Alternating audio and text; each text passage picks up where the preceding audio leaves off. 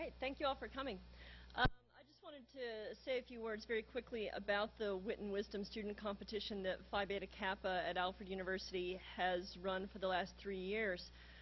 This was a program that was really born out of necessity when the national organization of Phi Beta Kappa had to cut back on some of its funding that we had counted on to help us pay for a guest lecturer or speaker to visit our campus. And when the national organization was forced to withdraw its funding, we were forced to get creative.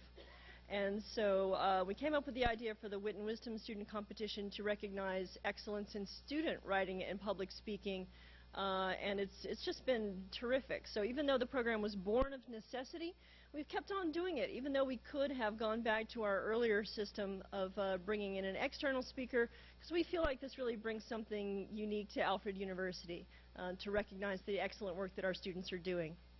I'd like to thank the other members of the Wit and Wisdom Committee for this year. Neither of them is here because they're both on sabbatical, and in fact they're both abroad at the moment. Emerson Westacott is in Toronto, and Bob Stein, no, the other way around. Bob Stein is in Toronto, and Emerson Westacott is in England, doing fantastic professional sabbatical things, but I thank them in their absence. I also want to recognize the other 2 finalists for this year's Wit and Wisdom competition, Dylan Samet and Orthai Rukfunkasham, aka Janet Chung. I don't know if either of them is here. Janet or Dylan? I don't see him around. They did terrific work as well. But we selected ultimately Annie Pelliccioti as the winner. Her essay at the Spadas table that she's going to share with you today is an excerpt from her honors thesis for the honors program and honors in English. And we thought that it was just a very impressive piece of student writing, as you'll hear. Her sentences are just beautifully written, beautifully crafted, very elegant, and as you'll see, very appetizing. So please join me in welcoming Annie Pelliccioti.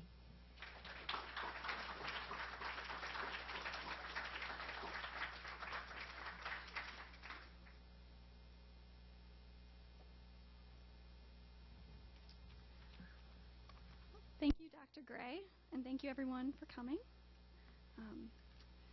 What I will be reading for you today is a chapter from my English honors thesis. My honors thesis is a creative work in which I developed a long nonfiction piece in the subgenre of travel writing. More specifically, I'm writing about my experiences as a student studying abroad in Florence, Italy, during my spring semester in 2011 as a part of the Gonzaga University in Florence program.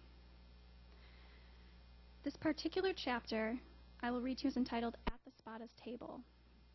It is about a dinner I had one evening with an Italian family, a family introduced to me by one of my Gonzaga in Florence professors. The dinner affected my understanding of the traditional large family dinner. And I'll go into it more in detail in my essay, but this was kind of my idea of what a traditional family Italian dinner is. However, when I typed it into Google, I found that this is what Google thinks a traditional family dinner is. So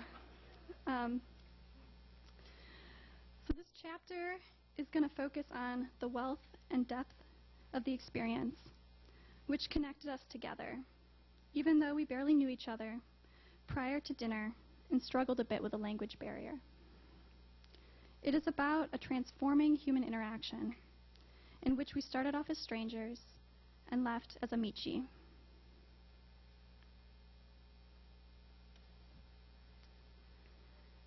At the Spadas table. Coming from an Italian-American family in the Midwest, I romanticized Italian family dinners. A dozen family members laughing and sharing stories around a long wooden table. They would be outside, veiled by chestnut trees, changing for the spring season, breaking loaves of warm bread, passing plates of clove-studded pork, bowls of fettuccine anointed with olive oil. When my professor during my study abroad in Florence placed me with an Italian family for dinner, I thought it would be a large family. However, when I realized that it was an older couple with one daughter living in Germany, all grown up, I imagined that it would not be too different from eating dinner with my own family.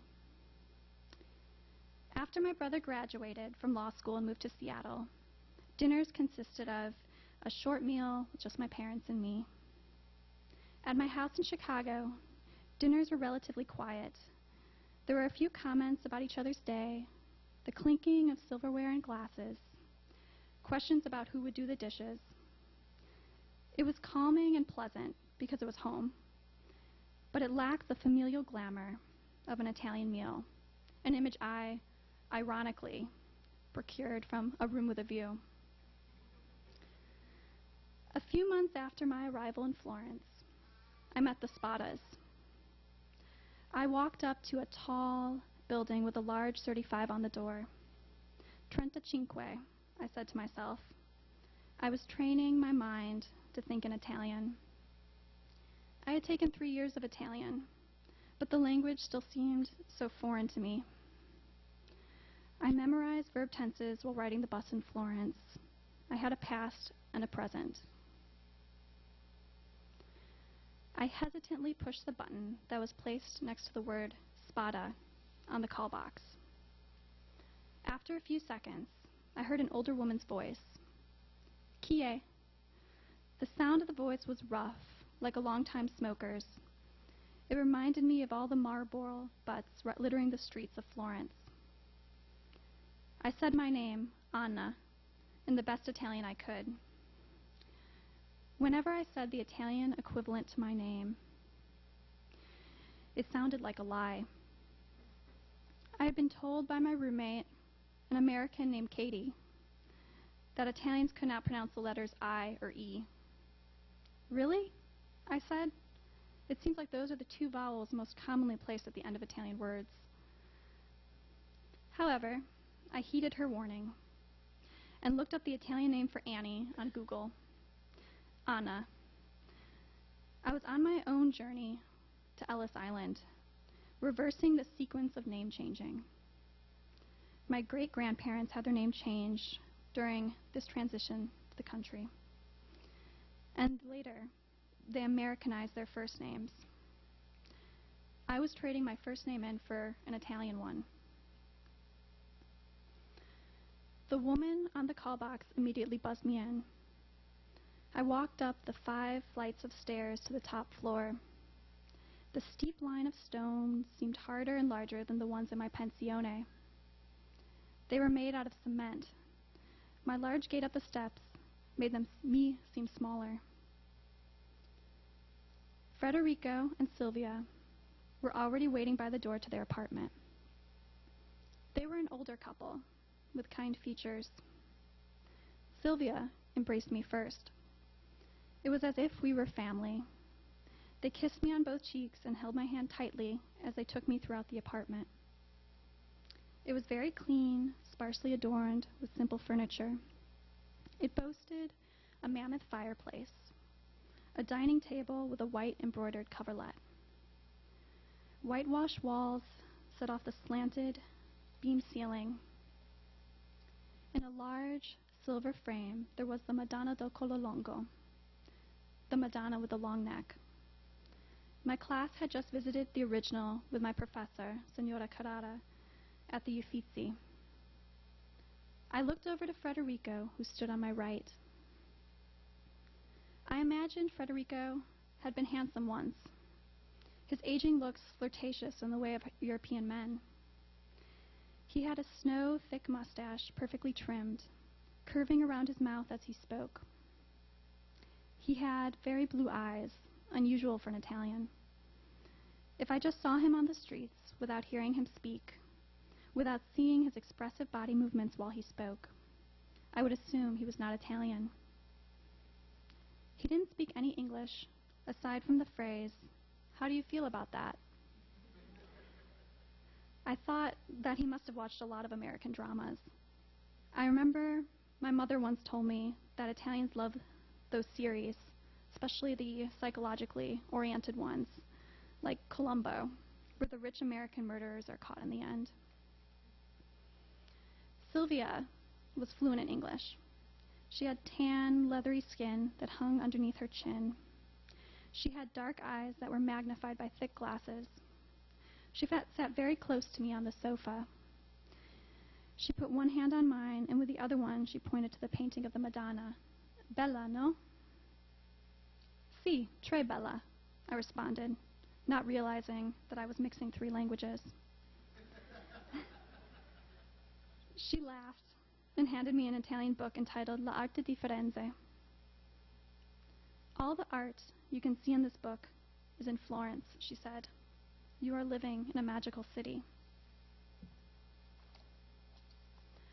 I nodded, thanked her, and placed the book on top of my bag. At that point, I didn't realize how rare Florence really was. It was like a precious family keepsake, reverently handed down through the generations. The city remained intact and so well preserved. I felt as if I were looking at a 400-year-old version of an ancient beauty. In a way, aside from the occasional cable antenna sprouting from the top, the buildings on the cobbled streets of Florence were untouched since medieval times, and the art it produced never left. How has Florence treated you? Sylvia used the Italian word offrire, as if I were the city's honored guest. I thought back to my first arrival in Italy. Before I arrived, all my visions of Florence had been misty and golden, like the fleeting image of some unknown but familiar road at sunset. As I rode in the back of my small taxi down the Via Ghibellini towards my pensione, the city began to build itself up before me, take an exact shape. The great dome seemed the city's own North Star. Everything was bustle and color, but the Duomo and its campanelli appeared as a calm yet strongly domineering force. There were lines of palaces along the riverbanks and smudges of dark poplars. There were piazzas with ancient statues, a glorious clump of red rooftops and medieval towers. It appeared to roll out of the sweet hills of Fiesole, like an ancient scroll. It lied in a contoured embrace between the blue hills, like a drawing. The city was the oldest thing I'd ever seen. I had been terrified as the cab skidded at last into the choked streets around the Duomo, to Via Cavour, my street. It was then I could have sworn I saw Dante. He was probably imagining his Paradiso as the Tuscan hills on a sunny morning, pure and boundless light, planted hillsides. Or maybe it was Petrarch, seeing for the first time his Laura. It could have been Brunelleschi, admiring the golden red facade of his Duomo. Or, even, from a tall window on the Riccardi Palace, it could have been Lorenzo de' Medici, who looked down at me with bright, wide eyes and a long patrician nose. It seems lost in time, I finally responded to Sylvia. It was the only logical response. In truth, I had become so raptured with its beautiful piazzas and ancient cobble streets that I felt lost to it too. When I walked out of the Florence airport with nothing but $20 American, it seemed as if I were being thrown into another world. As if someone gave me a broken compass and said, "Okay, now go find your way." After unpacking at my pensione, I walked the cobbled streets. Under small trees with leaves the color of China tea, past warm storefronts, rosticcerie of garlic and rosemary potatoes, wood fire and panetterie with hazelnut and chocolate pastries. The walls of ancient houses and palaces cradled me. It was formidable and beautiful. It seemed to keep out the noise of the outside world, but it also kept me in. Sylvia laughed. The city can haunt you. The ghosts of the past are everywhere. I could have sworn I saw my mother at the market yesterday, buying a cabbage. I know what you mean, I said. I'm pretty sure I saw Dante walking down Via Cavour the first day I got here. "You probably did," she said, and then laughed. "Or at least a delusional Italian man." Sylvia poured me another glass from an earthen pitcher of Chianti. The thick red wine spilled into my glass with such elegance, such ease, a marriage of wine and crystal. Federico arrived into the room with a basket of warm bread and a labelless bottle of olive oil. He poured it into a small bowl on the table. It was a bright moss green, the color of an intense sun against a sheet of tender green leaves. We dipped the crusty bread in the olive oil, licked crumbs from our fingertips. The oil looked slick on the velvety bread. It was salty and tart. We finished the bread quickly, which was surprising, considering the rest of the meal would be long. I went with Sylvia to help her finish cooking. The kitchen was the most chaotic, yet the loveliest thing I'd ever seen. Corroding pots and pans hung from the ceiling above the wood fire oven. Flour shrouded the counter in a fine dust. A large saucepan trembled and clanked on the stovetop. The small apartment window was foggy with steam. It smelled as though the sauce had been cooking for days. It was a lingering, matured scent. Butter and rosemary, the most holy of combinations. Sylvia pointed to a crate of bright red tomatoes on the side of the sink. "Wash those for me, please. We're cutting them for the gnocchi. You need to cut the tomatoes right before you add it to the pasta, so it's as fresh as possible and doesn't have much time to linger with the air." I handed each tomato to Sylvia as I washed it. She cut each one, holding it in her hand as one might grasp something vital and precious. As the horizon clutches a cool, fading sun at dusk. Her inexhaustible hand sliced the tomato, revealing the viscera, tender red inside. She handed me a slice to try. It had a mild sweetness, a purity that seemed impossible. She drizzled the olive oil in an almost spiritual way. Her steady hand moved up and down the line of tomatoes, a blessing of heaven and earth. She sprinkled salt and pepper on the two hemispheres. The last task she had me do was chop the garlic. The Italians are absolute geniuses when it came to adding garlic to just about every dish they prepare. It acts as a memory agent. Each bite will linger in the mouth hours later, reminding me of the meal. It convinces the hungry that they are full, because the taste buds are still remaining on that one scent, the sharp yet soothing taste of garlic. When I told Sylvia this, she laughed and responded, "You truly are an Italian." She placed the garlic in a mushroom risotto. I watched as the rice grain accepted the garlic, melting it with its steaming, creamy sauce. Sylvia handed me the risotto dish and led me with it into the dining room. Federico was already waiting at the table as we arrived with the dishes. "Took you long enough," he said in Italian. "Sta zitto," Sylvia responded, hitting the back of his head lightly with her hand. "You want it faster, you cook. Just don't feed us any of your cooking. It's terrible." "Madonna mia," Federico responded, laughing. Unlike the kitchen, the dining room was large, with a long mahogany table in the center. There was a white tablecloth placed with plates, knives, forks, spoons, a bottle of olive oil, a jug of Chianti, and linen napkins nicely folded. There was also a butter dish, with several pieces of butter and a few bitter olives on the table. In the center, there was a ceramic pitcher filled with beautiful golden wildflowers, daisies, and almond blossoms. Sylvia and I placed the dishes on a side table by the double window. We passed around the salad course, arugula and radicchio flavored with fennel, an Italian specialty from the region. It smelled mild However, the radicchio was bitter and a little spicy. Between each course, Federico would rock around the table and refill our wine glasses. By the end of the meal, I was feeling like Michelangelo's Bacchus, a representation of the Roman god of wine. I was feeling like I was teetering off his stone world while he clutched a goblet of wine. The continuous amounts of food and conversation canceled out the excess of wine.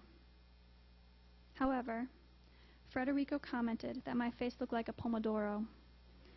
And, how's the vino treating you? I looked to my plate and responded that I had admired the beautiful tomato cut by Sylvia earlier and wanted to imitate its intense red. He laughed and held up his fork speared with arugula. Cin cin, he said, which in Italian means drink to that. Next came the pasta dish, or secondo corso. It was sage-scented lasagna, braised with rosemary. In addition, there was a yolk golden gnocchi, formed into little pillows covered with cooked cherry tomatoes and olive oil. It reminded me immediately of my Italian grandmother's gnocchi. As a girl, I would help her roll them out in her small kitchen, and we would fill them with mashed potatoes and cream, cover them with crushed tomatoes, oregano, and ground black pepper. Italian immigrant food relied on the richness of heavy ingredients, such as mozzarella and salami, whereas Italian provincial and regional food relied more on the fresh, core ingredients. That's all you need, Sylvia said, pointing to the gnocchi dish. Tomatoes and oil. She placed her finger to her mouth and moved it away in a kissing motion. Delicioso. The delicate risotto followed the gnocchi. It was made with pungent porcini mushrooms. It seemed almost like a stew in its richness. The steam warmed my face, making me feel drunker. The mushrooms had an earthy taste, which paired well with the base of the Chianti. I felt as though I could almost taste the exact earth in Italy where the mushrooms were recently picked. Silverware clinked against bone china. We spoke about politics, about the civil unrest in Libya and in Egypt. We specifically discussed the Libyan protests a few days earlier on Florence's Via Cavour, my street. I watched the street from the window in my room as a large crowd shouted Italian phrases and words, things I knew, but my mind would not translate. I had watched as smoke clouds curled from the street. Posters and pamphlets littered the ground, drifted from apartment windows like broken clouds, or stray linens that became unhooked on the line from window to window. The Italians are not violent, Federico said in response. They are artists. They just like to express themselves. We sat in silence for a few moments until Sylvia asked me if I needed more wine. The third course was a tender chicken, juicy and almost airy, as if it had been from a chicken that could magically take flight. Its skin was gilded by the oven's heat, resembling the dome of Florence's famous Duomo. As I cut into it, the smoke drifted out from between the cuts of juicy white meat, purling slowly to mingle with the chandelier. How do you like Italian food? Sylvia asked me as I placed another thick cut of the chicken cacciatore on my plate. Delicioso, I said, pointing to the food around me. Except breakfast. It's never enough. I mentioned the small breakfasts at the pensione, almond biscotti, and thick, dark coffee with a saucer of heavy cream. How different it was from my breakfast in England. A succulent slice of ham, a few sausage links, still sizzling on the pot plate, oozing with grease fat, scrambled eggs with parsley and chopped onions, a mountain of sliced and fried potatoes covered in butter and chives. At my hotel when I visited Istanbul, there were the bowls of oatmeal and cream rice, plates of marmalade and honey, boiled eggs and cold meat, dried and fresh fruit. Copious amounts of spices could be added into the porridge or into a hot tea.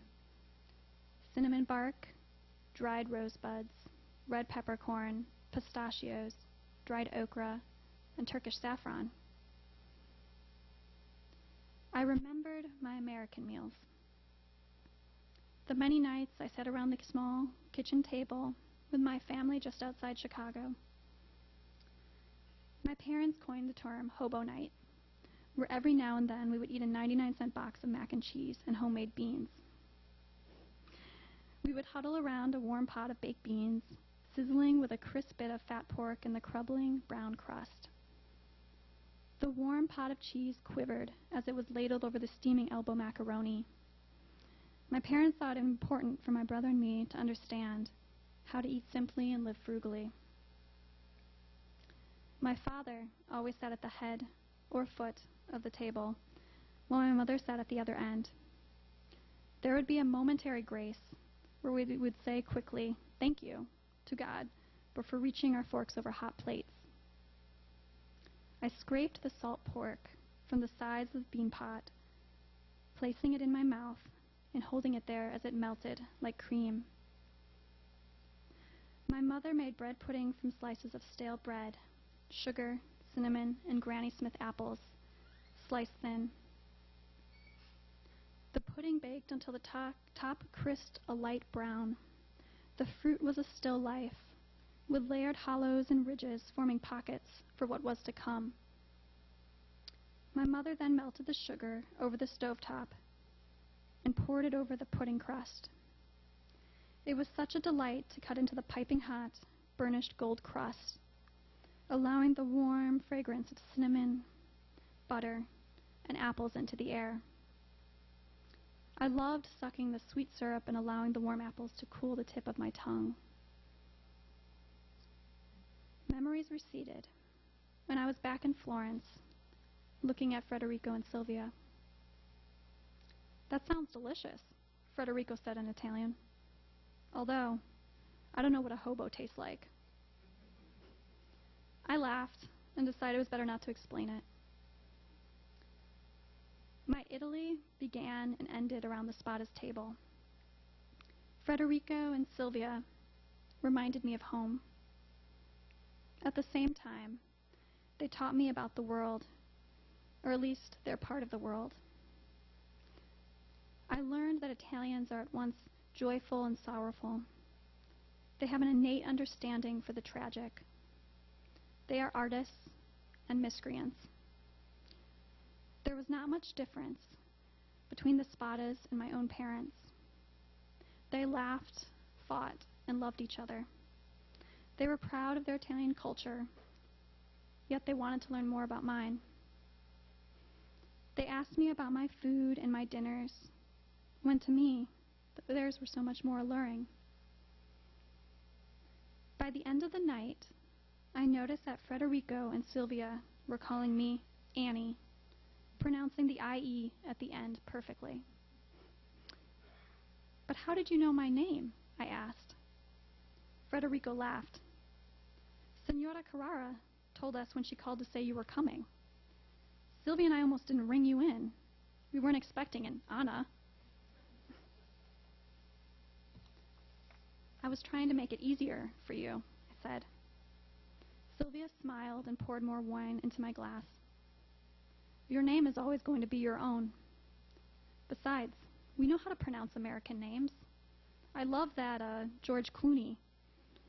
Or is he Irish?" I laughed, and Sylvia continued, "I never can tell with the Americans. You are from so many different parts of the world. I envy that about you, that diversity." My time in Italy was spent living through my senses. It's something I will always carry with me. Today, I cut a tomato and remember Sylvia, the way she carried it, the way her hands moved over the tomatoes to form the Holy Trinity. I will order chicken cacciatore from an Italian restaurant, and every time I will be disappointed. It will never have the same taste of warmth and lightness as the one at the Spadas. No dinner party since has captured such formal eating in such informal conversation. Dinner at the Spadas was like living in Italy, revering food and relationships.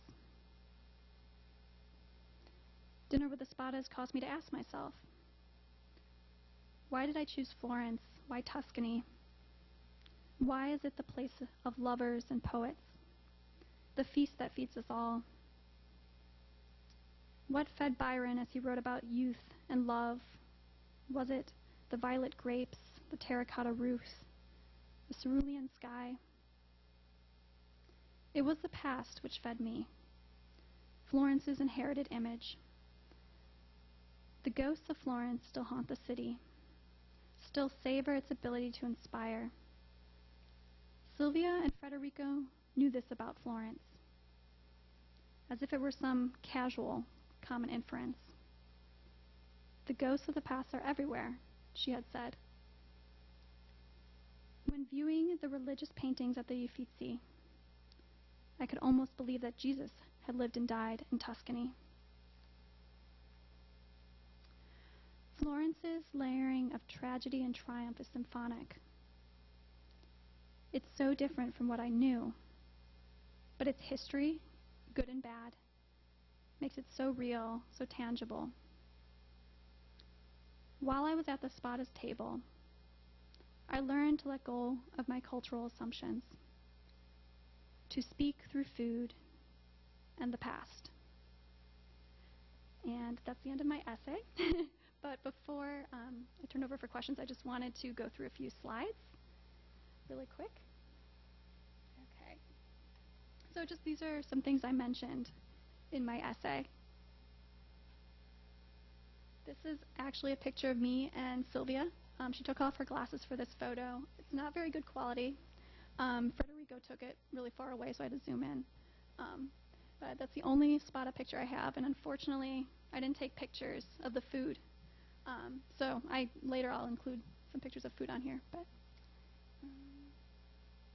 and this is the Madonna del Collo Lungo. Mentioned it, the Madonna with the long neck. My friend took this picture. This is kind of some of the things that inspired me about Florence, the light, the sunsets. This is Michelangelo's Bacchus. You can see he's kind of teetering. I thought Michelangelo did a really good job with kind of capturing a drunk person. Kind of looks like Alfred on Friday nights. This is a picture my friend took of me looking out of our window on my street at the Florence protests, which I mentioned in the essay. They were protesting Italy's involvement in Libya, and they were protesting America's involvement in Libya too, and how we were kind of going over to the American side. This I took a picture of in my pensione. It's a traditional Italian breakfast. As you can see, there's not much. Biscotti, cappuccino, and that's it, basically. So you kind of eat a lot of biscotti. And this is the English breakfast. I really wish Dr. Westacott was here to see this, although he's probably eating it right now. And then this is the Turkish breakfast. I included spices, but yeah, that's what I took when I was in Istanbul. And because I couldn't show a picture of me making food with Sylvia, I included me making food at a cooking school in Italy, making pasta, homemade pasta and pesto. And these are just some food pictures I took while in Italy. It's like a roasted chicken and just a pasta with sauce and mozzarella. Just more food, gelato, cookies, some things to make you hungry. And that is it. Thank you.